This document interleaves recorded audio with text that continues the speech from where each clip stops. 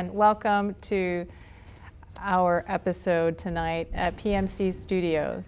My name is Sandra Perez, and I will be your host. PMC Studio, this is our studio workshop class where our students learn while interviewing someone live. So if you notice something wonky, it's by design. Our students are getting hands-on experience while doing a live show. And tonight I have the pleasure of speaking with a community member at Creative Portland. And please join me in welcoming Lucy Comaskey. Perfect. Yes. Hi, Sandra. Thank you so much for having me. Yes. Excited to Thank be here. you for joining us tonight. Lucy, please tell our audience a little bit about what Creative Portland does. I know that you're a board member there. Yes.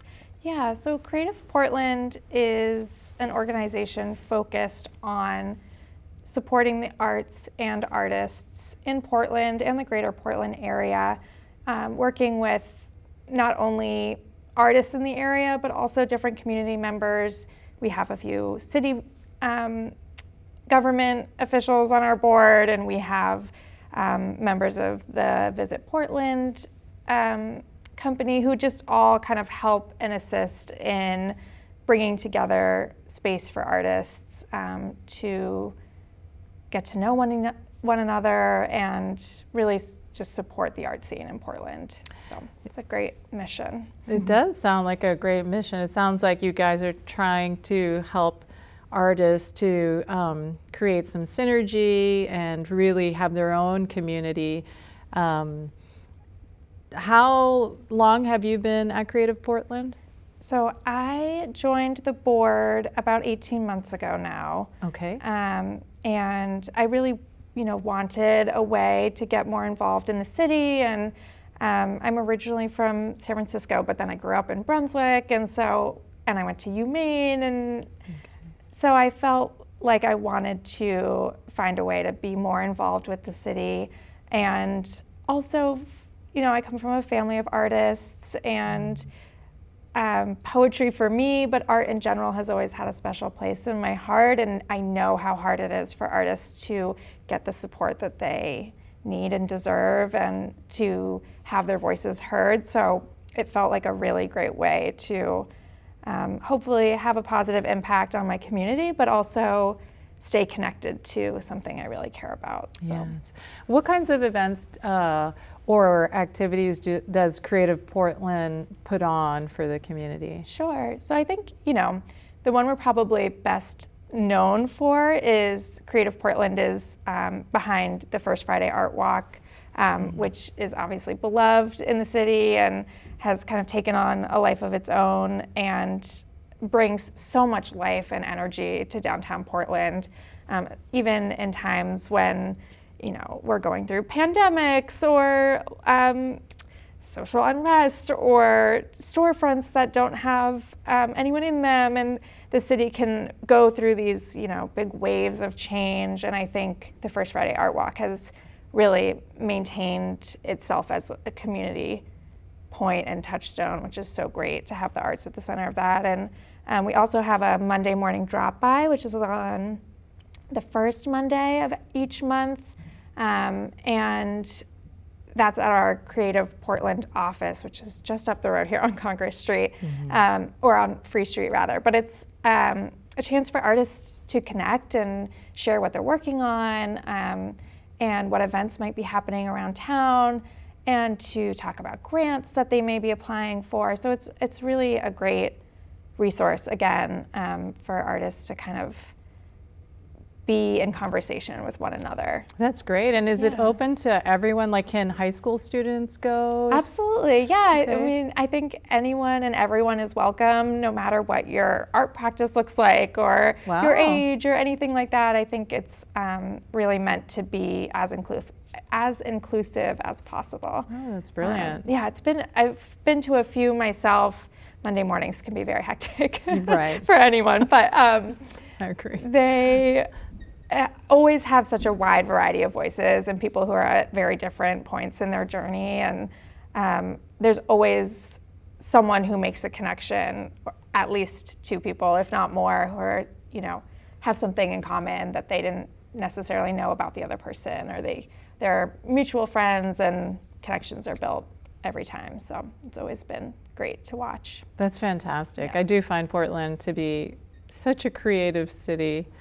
It really is. And I'm always curious how we continue to motivate it, because I think it makes it such a special place. Yeah. So that's really great to hear about. How can somebody find out more about Creative Portland? Do you have a site or? Yeah, so we do have a website, but I would say the best thing we have is the Creative Portland app, which you can download on any app store. It has more information about what the organization is working on, including upcoming events and gallery shows. Really anything that artists in the community are working on can submit to the site and to the app that we'll then upload and share with everybody else. And there's also like a virtual interactive walking tour in Portland, which I think is so amazing. And they really spent an enormous amount of work and really creativity putting it together, and it's paid off. It's just such a great resource to have in Portland. And I think as more people continue to come to the city and, have in mind food and restaurants and lighthouses, Yeah. of course, which, hey, all those are great. Having that, app that you can just get on and see what's going on right around you. Right. And for locals too, it should be and is such a vibrant part of our economy as well as our community. And so I think having that easy access is so valuable and so great. Absolutely. I didn't know about this app, so I'm really glad that you are talking to us about that, because I'm constantly searching calendar of events, like what's going on this weekend. Yeah. And so especially I'm it's February vacation. Exactly. Yep. There's a lot going on. Yes. Yep. And there's a lot of low barrier, low cost events going on. So I hope that our audience can go and look for that app, or even just take a look at your website. I'm assuming that some information all the same is on information there. is on there as well. Yeah. So I know earlier we were able to get to know each other a little bit, and I wanted to talk about, you've had a very interesting and varied, colorful experises here in Portland. Can you tell me a little bit about your journey in Portland? Yeah, so like I said, I'm originally from San Francisco. I've lived in Portland now for many years, so I won't claim to be a Mainer, but I feel like a Mainer in many ways. Yeah. And I come from a family of artists, but also restaurant owners. And so I also had a long career in restaurants, many in Portland, and in Maine. When I was at Maine and Orono, I worked in Bangor, and so I feel very connected, even still, to the restaurant scene, many of whom are also artists, and also just have a real closeness and love for small business owners and these really local hubs by local people who are supporting everybody else in our community, and I've worked with many artists and many restaurant workers, and both people doing double duty who are just so impactful on their communities, and it's, I think, really amazing to watch and to be a part of. And as sort of a goal of mine to hopefully advocate even more strongly for those communities, many of whom are not always equipped to advocate for themselves. I'm now in law school, which is quite the pivot. You don't waste time, do you? Yeah, I guess I'm just, going great. right into it. Thank you. And it's been great. And I think there are a lot of similarities, as you were saying, we were kind of talking, and it's very easy, I think, to start to see the connection in the humanity of it and the importance of centering people's experiences and storytelling, and I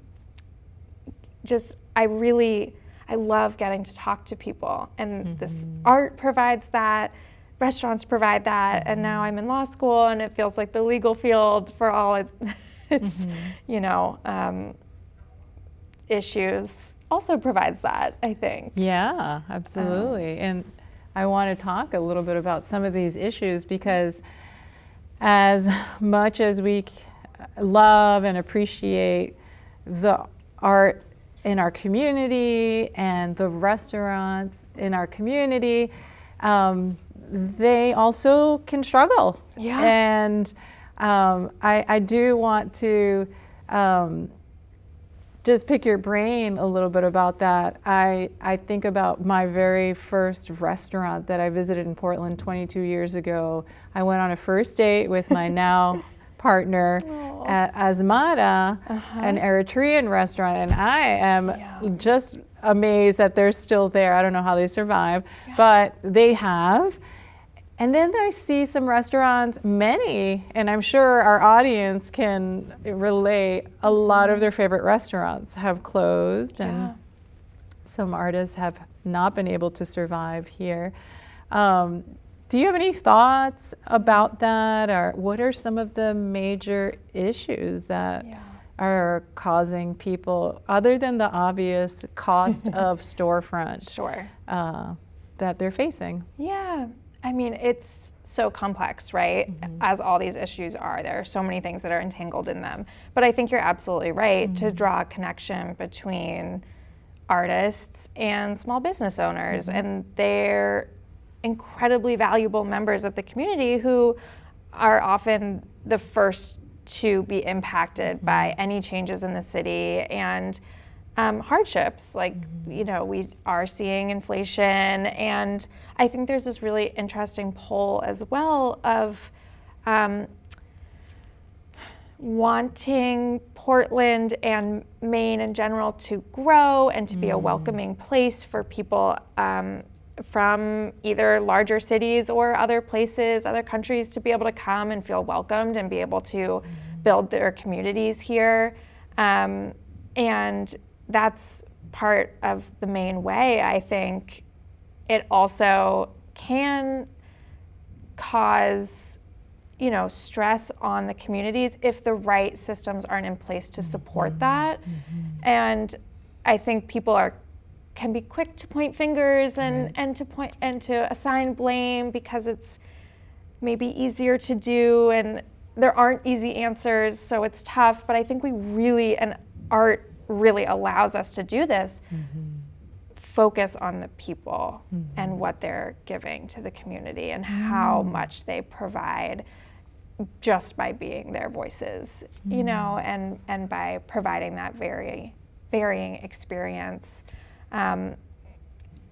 Housing is hard, and resources do get put under the crunch as more people come into our state, and I think that can be scary for people.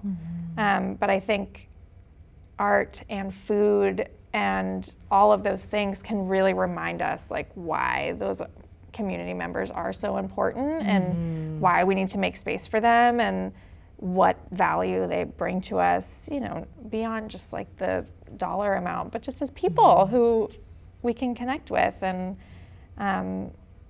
become friends with and all those things. It is really unifying. I agree with you, because we live in, a capitalist economy that really can stress us. And I do think the arts can help us process, diffuse, but also come together.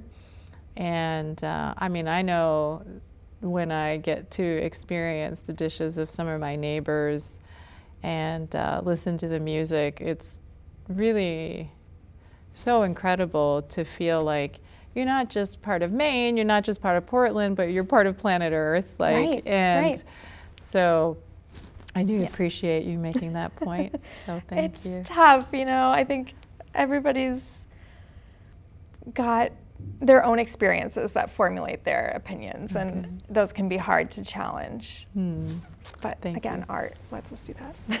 Thank you. Yes. Welcome back. For those of you that are just joining us, I am speaking with Lucy Comaskey of Creative Portland, where she is a board member. And but Lucy is also doing really interesting things, going to law school right now. And tell us a little bit more, Lucy, about your interest in what drew you to advocacy. Yeah. So I think it probably originally started from just my immediate surroundings and my family. And I was from San Francisco, we moved to Maine.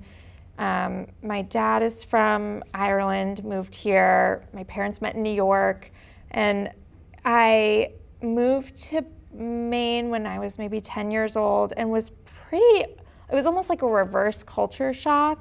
But there are still, a lot of issues in Maine that come from, I think, a little bit maybe, weariness or resistance to change, but also like a systemic lack of resources and funding. And so I am now, as you said, in law school, which has been great. And I also still get to be part of the arts a little more like kind of from an above level, but Creative Portland allows me to feel a little more grounded in it, which is great. And I think it's really important to advocate for sort of voices that can't make themselves heard as easily for whatever barriers they may be facing. And, I'm working in law school on a student organization focused on the Sixth Amendment crisis in Maine, which is, everybody has a constitutional right to a lawyer, but we in Maine don't have a public defender's. Well, we now have a public defender's office, but it's very tenuous, and there are a lot of interesting organizations in Maine that are also working with incarcerated or formerly incarcerated folks to help them find their voices through the arts. And so there's this really interesting crossover, I think, with law school and Creative Portland that I'm still trying to kind of weave together. But that's really focused on these issues that are really impacting so many community members. We have hundreds of people who don't have access to a lawyer, who are in jail for much longer than any sentence would be handed down to them for, just because simply they don't have access to lawyers, and they have stories to tell. And art can be such a great way to do that, and can really be a strong advocacy tool, because people can really relate to and through stories, and having that personal element really, I think, can help people feel connected to the issues. And so I've found that connection to be really interesting, and I want to keep exploring it, though I'm not sure what journey that'll bring me on, but I know it'll be interesting. Yeah, so. I hope you do. And I know you. Just from my own experience in social work, when I think about those that can't access mental health support, the arts are such an incredible way to approach, processing, and really an outlet for people to get some of that that space to really process emotions, to name emotions, to be able to work through difficult experiences, and so I appreciate hearing your perspective from a different angle, trying to connect your profession to your passion in the arts. Is there a particular type of art or medium that you're drawn to now as a board member in Creative Portland? Because you get to kind of see the landscape out there. Yeah. So I have historically always been a writer, and I specifically wrote a lot of poetry when I was in my undergrad, and I have read a lot of poetry. I feel a little bit disconnected from it now, only in terms of like I used to constantly pick up so many new chapbooks and what people were writing and how, and I'm still love it every time I get to pick up a book, but I feel like I don't get to as much as I wish I did. But there are so many amazing creators in Portland who are doing such interesting multimedia work and who are painting or doing photography or a mix of that, and songwriters and musicians, and all of it is so inspiring. And so when I get to sit amongst this board of other artists, and many of whom have art more as a central piece of their career, I'm so always amazed by what these local people in my community are accomplishing and putting out there into the world. And it's so vulnerable to do that, and so wonderful. I recently started to I've been watercoloring a little bit, which feels very like, I don't know, feels kind of fluffy somehow. Watercoloring is hard because it doesn't do what you want it to do. That's exactly right. It does not do what I want it to do, ever. I love watching people start watercoloring and then get mad. Oh yeah, that's me. That's exactly me. And I have all these, like half-drawn flowerscapes or half-painted flowerscapes that then devolve into like more of an abstract. But you know what? It's the process. Supposedly, right? Yeah. It is the process. Yeah. Is there any particular new type of art that you've discovered? I'm thinking, and I'm scared to reveal that I am fascinated with these miniature artists. Oh my gosh, it's really amazing. I'm like embarrassed. I'm scared to talk about it, but it is so intricate. I really want to understand their brains, and I really want to understand the amount of time and energy and focus, and it's just beautiful. I'm blown away. It's so amazing. I know, I see those too, and it's so interesting. I mean, there's a whole rabbit hole here too about how we consume art these days. Exactly. Like this, right?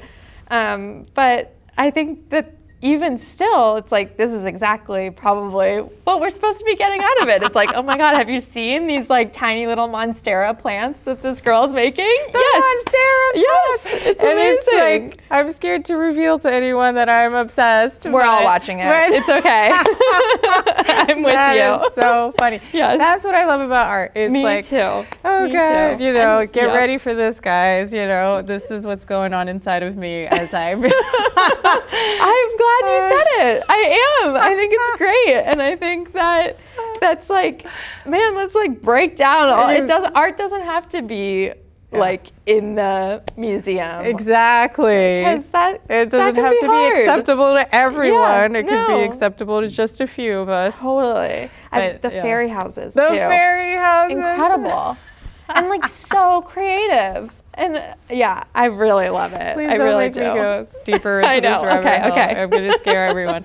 But I think it's great. What is is there an upcoming event, or what's the first event of the year? I mean, we're in the winter. We're surviving winter, and this is a true winter. Yeah, it really is. I think the first Friday art walks, I'm trying to think like where even we are in the month and like what. And planning and things. We'll always also have an art and culture summit, that's interesting. which is really great, and I am not going to put a date to that because I don't have it off the top of my head. I don't want to say the wrong thing, but I think it happens in the spring. It's basically like an all-day event with different panelists and again, kind of like creating spaces for people to have more nuanced conversation about, miniature monstera plants. Or I'll be there. Yeah, I got you. Or, developments in our own art community, but also issues that artists might be facing on, a larger scale, and potential ways to kind of engage with that and start to break down those barriers. And I, based on my timing on the board, have only been a board member for one of the arts and culture summits, but they always get really amazing participation and feedback, and bring a lot of really interesting people into Portland. So as soon as I have those dates too, I'll follow up. Yeah, please let us know. Yes. I hope that our audience will think about attending. I think specifically about our youth and the elders in our community and spaces for them. I hope they participate. But you also mentioned earlier that you have information about grants that might be available for artists. And, it's like never too late to express ourselves artistically. So I hope that our community will take advantage of some of these opportunities and at least learn about what's happening. I hope so too. And I think that the first barrier to break is just access to the information, and figuring out how to get more people into the fold and aware of what's going on, and that there can always be more resources available for the arts and artists, but Creative Portland's making a pretty big dent in that, I think, and really doing a lot to contribute positively. And so getting that information out there, and especially for, these younger and elderly communities that might be a little more disenfranchised, like just kind of bringing them back into the community. Into the public spaces. Yes, Absolutely. Yeah, I agree. am very thankful for all that you guys are doing, because I do think this is a vibrant artistic community. But I don't think that people always know how to access it. So I really do hope that tonight you've learned something new, and that you will take some time to look into Creative Portland, maybe attending one of the events. I need to look at my notes here, because recently our executive director retired, and now we would like to encourage you to come and visit us, check the studio out. Perhaps think about taking a class, and it's another low barrier, low cost way to really continue to develop your skills, maybe try something new or something you've always wanted to learn. And if you would like to participate, and you can write to PMC Studios, you can write to Brendan at portlandmedia.org. That's BRENDON at portlandmedia.org. and learn more about our workshops. I'd like to really thank our guest again, Lucy Comaskey, for joining me, and I'd like to thank you for watching tonight, and until next time.